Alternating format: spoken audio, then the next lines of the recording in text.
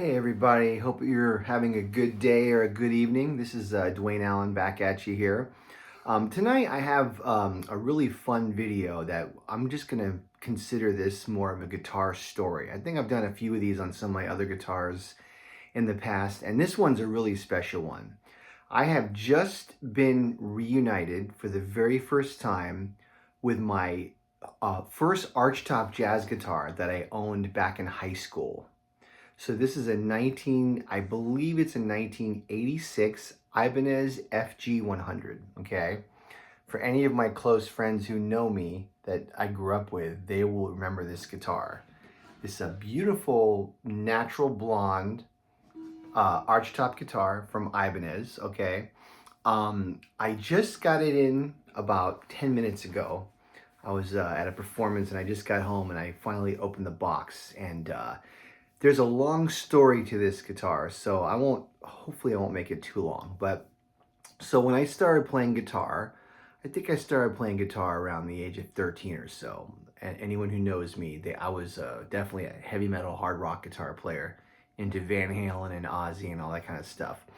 And after a few years of playing, I went to high school and I started to get I had friends in the music department and, other guitarists, and we were all listening to different kinds of music, and I got exposed to jazz, okay? That's another whole long story. But anyway, so I started taking lessons with a great guitar teacher named Vincent Breedice, and he was a great, amazing part of my life that taught me a huge amount about music.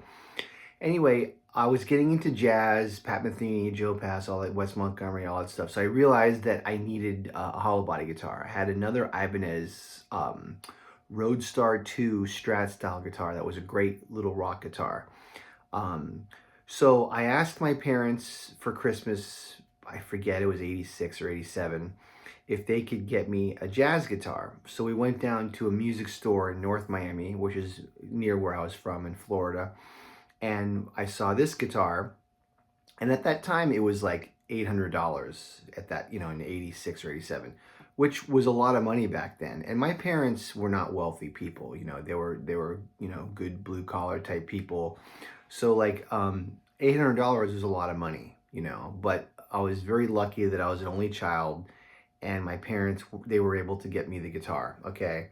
So I got it for Christmas, and I would say for about 4 or 5 years, I can't remember exactly how many years, but this guitar was my life. I mean, I played this guitar for hours and hours and hours every day. I mean, I was obsessed. Once I got into this new teacher, Vince Breedice, and getting into jazz guitar and getting exposed to all the greats of jazz guitar, I just got completely obsessed with jazz, and I just practiced all day, every day. During school, after school, nighttime, that was it.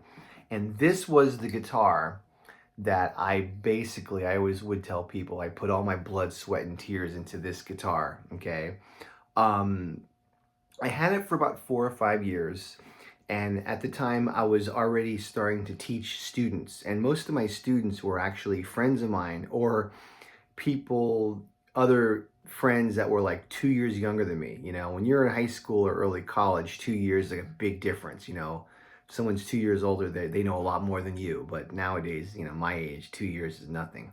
Anyway, so I had a student named Alex Soto, and I sold it to him, and I think I was like a couple years into college, something like that, 2 or 3 years into college.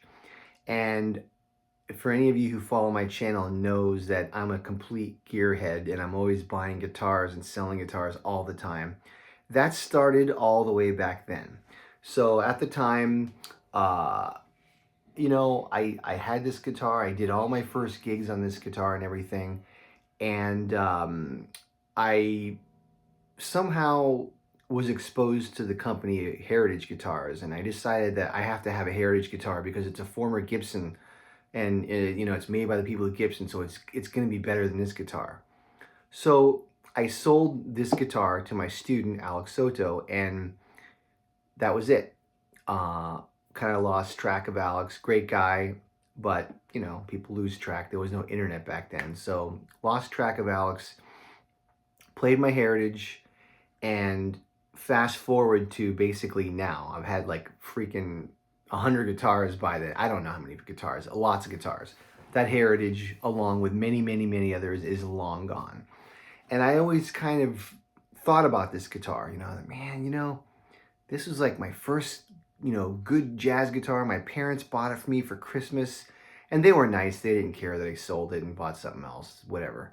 But it it bothered me that, like, you know, that was my first good guitar and I sold it and I shouldn't have sold it. And then my mom passed away a few years ago, and now I'm like, oh man, they bought me a few guitars over the years, and of course they're all gone. But this one came back to me. So a few years ago, Alex contacted me on, I think it was through YouTube or something. He saw one of my videos, and I hadn't seen him or heard from him since we were kids. You know, this, you know, a long, long time, 30 something years ago, whatever. Anyway, so he contacted me and said, hey, I got your guitar. And I said to him at the time, I said, man, you know, if you ever want to sell that thing, I'd love to get it back. And yeah, maybe we'll see.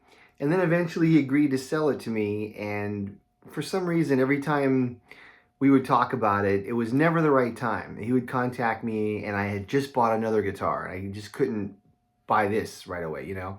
So few years went by, and finally he contacted me and said, look, man, I want you to have your guitar. I don't play anymore. And I finally said, you know what, let's do it. This is the time. I don't want to wait anymore, you know? So we agreed on a price, and here it is. Thank you, Alex, for offering it to me and being generous and taking good care of it. It's in good shape. So here it is. I can't believe that I got it back. It's just amazing. Thank you for the internet. You know, we all say bad things about Facebook and the internet, but it has a lot of good qualities too. You get to reconnect with people that you haven't seen in a long, long time. So anyway, it just came in, and you know, Alex hasn't played it in a long time, so the guitar has not been used. And anytime you have a guitar that's been sitting around for many, many, many years, it's going to have some issues, right? So I was just checking it out, and the strings are like black, of course. They're completely dead. I don't even know how old they are. And I plugged it in, and it was kind of dead for a moment, and I figured, okay, well, it's probably got dust in there, and I was doing this thing, the pickup selector really quick and doing the knobs really quick, and the output was very, very low. And I was like, oh man, I wonder if there's a dead pickup or something. And then I just jiggled the cable in here, and it started to come to life. But as I look at the frets and the fretboard, I was thinking of just cleaning it up, putting new strings on, and then doing a video on this. But I'm starting to think that I want to take it in to one of my guitar techs and have them really, I want them to like clean up the fretboard, polish the frets, oil the fretboard down, and then the pickups are like really, really high right now. So I'm going to have them lower that. I'm going to have the, make sure the bridge is in the right spot. I could do a lot of this myself, but I think with the fretboard and the frets, I don't know if it needs a fret dress. I'll have to ask one of them, but they definitely need to be polished for sure. So that needs to be done. So I was going to put strings on, then I decided I'm going to take it in and do everything up right in one shot. So I wanted to do a story video on this guitar, and I'm going to do a two-parter. So this is just the introduction and the story. So when I get it back, cleaned up, new strings, all adjusted, the pots probably need some, I know that there's sprays and stuff that can kind of help with the dust or whatever. Or maybe I might need new pots. I don't know. I'll find out. But the pickups are Super 58s, which for anyone who has a history of Ibanez, these are very, very good PAF style pickups. So I'm not gonna change these out. maybe I might need to change a pot or a switch or something like that. But if you can just tell, it's in good shape. There's no dings, there's no scratches that I can see. It actually smells. I remember the smell of this guitar. It's so weird. I totally remember the smell of this guitar. This is like really bringing back memories. But yeah, I mean, it's in great shape.